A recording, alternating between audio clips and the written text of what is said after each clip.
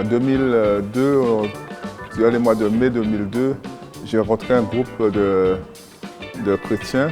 C'était complètement folklorique et un peu bizarre de rencontrer des gens dans un lieu où on les a rencontrés. J'étais avec mon épouse à l'époque.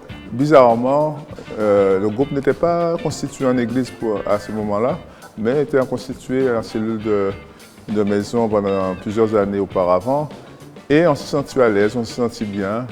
Et ce n'est qu'en septembre 2002 que ce groupe est devenu l'église Bethel AFPC Guadeloupe. Je parle de manière juridique, mais on a quand même continué à fonctionner et voilà. Donc de 2002 à 2022, ça fait 20 ans déjà et c'est quand même pas mal. Oui, moi je crois à la volonté de Dieu, à ce qu'il veut faire, à l'appel surtout de Dieu sur la vie de chacun. Et nous, ça a été notre appel de rencontrer de manière fortuite ce groupe de chrétiens. Je disais qu'il n'était pas encore constitué, mais après j'ai fait la connaissance de celui qui était vraiment le fou furieux. Je dirais le fou furieux, mais avec beaucoup de tendresse et beaucoup d'affection, même s'il n'est plus là aujourd'hui. Le pasteur Félix Simakala, c'est un homme extraordinaire. Cet homme-là, je pense qu'à partir du moment qu'on a compris qui est cet homme-là, quel que soit ce qu'il demande, on le fait parce qu'on ne peut que le suivre parce que tout ce qu'il fait, il le faisait par la foi, il le faisait avec conviction, il le faisait avec force. Cet homme-là était la personne même de l'homme, de chrétien qu'on veut rencontrer dans sa vie et qui a été pour moi en tout cas un repère pendant des années.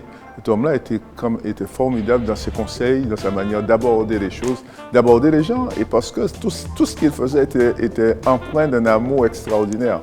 Franchement, cet homme-là a contribué à transformer ma vie et a permis qu'on ait confiance et qu'on manifeste, qu'on agisse par la foi dans tout ce qu'on a fait. Et jusqu'à aujourd'hui, tout ce qu'on fait, c'est par la foi. C'est bien sûr avec une ferme conviction, sans que cela soit fait de manière aléatoire, bien organisée, mais c'est quand même, il y a une bonne dose de foi.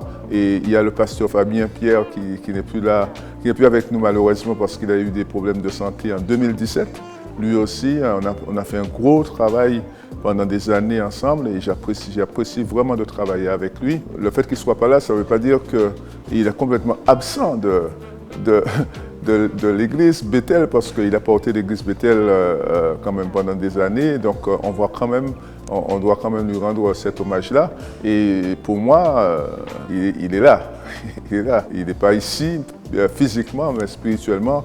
Et je pense que c'est un homme qui intercède énormément pour cette église, pour que cette église continue à œuvrer, à travailler, à persévérer. Le Gosé Gospel Festival, c'était une aventure et ça l'est encore, puisque on n'a pas enterré le Gosé Gospel Festival, loin de là.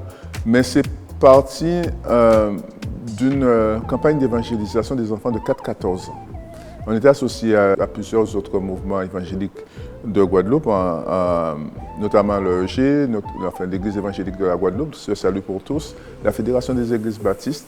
Et puis, on a été sollicité pour participer à l'évangélisation des 4-14 ans et chaque participant devait proposer une activité. Et nous, comme déjà à l'époque, on était déjà orienté autour de la musique et du chant choral, donc on a proposé une activité musique, chant choral, avec une initiation dans l'après-midi des enfants des chants choral et le soir, organiser et avoir une scène pour que ces enfants-là qui étaient là l'après-midi puissent se produire sur scène. Et c'est de là, il fallait nommer cette manifestation qui est la scène en fait du soir. Et c'est parti sur le Gosé Gospel Festival de manière instantanée, de manière, je dirais même à la limite, c'était pas un projet réfléchi pour devenir un vrai festival après. Mais en tout cas, ça a été, je pense que ça a été inspiré. Et finalement, on l'a répété pendant chaque année, régulièrement. La première année, c'était au mois de juin, et puis on l'a fait régulièrement au mois de juillet. Premier week-end du mois de juillet, on était au Gosé Gospel Festival. Et c'était un rendez-vous attendu, parce qu'au Gosé Gospel Festival, on a eu des invités, je dirais, entre guillemets, prestigieux, comme Marcel Bungu, qui est venu et qui a chanté avec nous. On a eu Philippe Decour, qui n'est pas, à mon sens, suffisamment reconnu par le travail qu'il est en train de faire parmi les personnes maltraitées, les personnes qui sont mises en esclavage, surtout l'esclavage sexuel. Il y a eu Xavier Foster, il y a eu Compas Céleste, on a eu des groupes, franchement, Witness, on a pu faire énormément de belles choses. Et moi, je bénis vraiment Dieu pour ça parce qu'au départ, ce n'était pas calculé pour, mais en tout cas, on a réussi à faire des choses. Tout ça, je le dis encore, parce qu'on avait un mentor qui n'avait peur de rien et nous, jusqu'à maintenant, on n'a peur de rien. On est en train de travailler par la foi.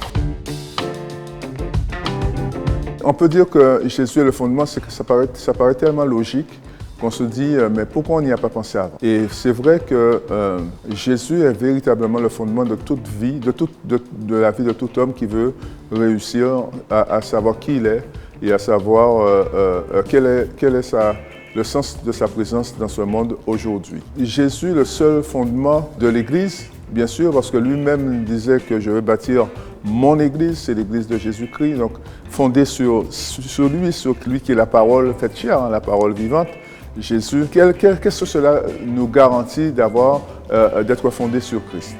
Cela nous garantit en fait que quelle que soit la tempête, quelle que soit la situation, quelles que soient les preuves qu'on pourrait traverser, qu'on serait amené à vivre, nous tiendrons.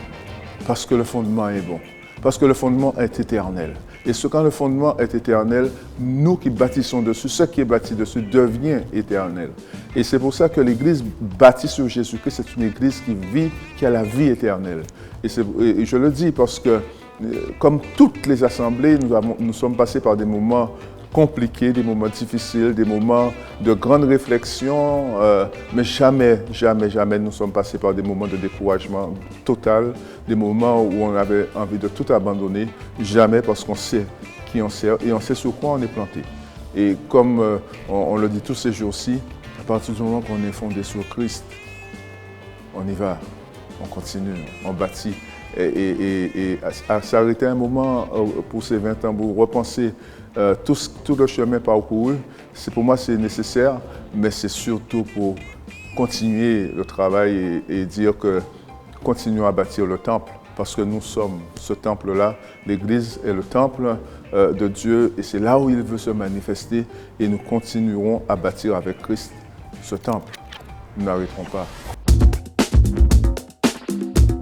Il y a énormément à faire. Pour moi, en tout cas, en 20 ans, on a fait des choses.